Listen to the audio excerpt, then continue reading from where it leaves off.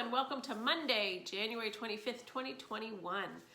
Another new week here in this cold weekend, cold beginning of the week in the middle of January. Many of us yesterday heard the piece of the story of Jonah from the book of Jonah. We heard just a little snippet of this short story that contains drama and some comedy and an illustration of God's grace and mercy to a sinful people.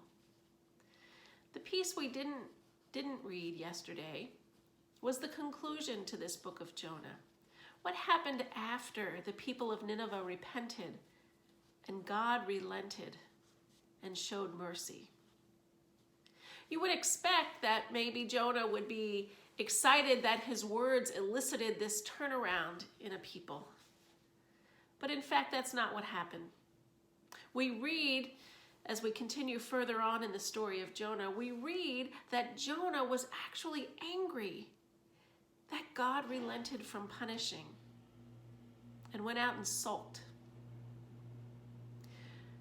I wonder if Jonah's reaction to God's grace is much different from our own at times.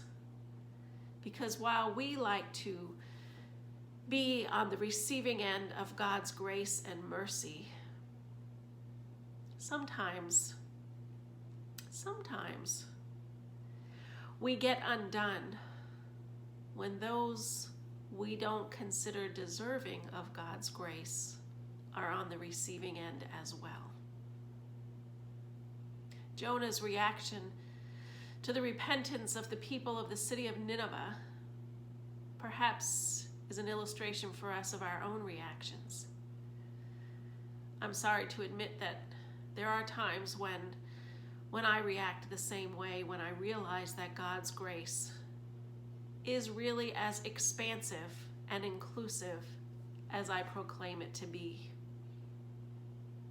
I hope I'm not alone. I don't think I am.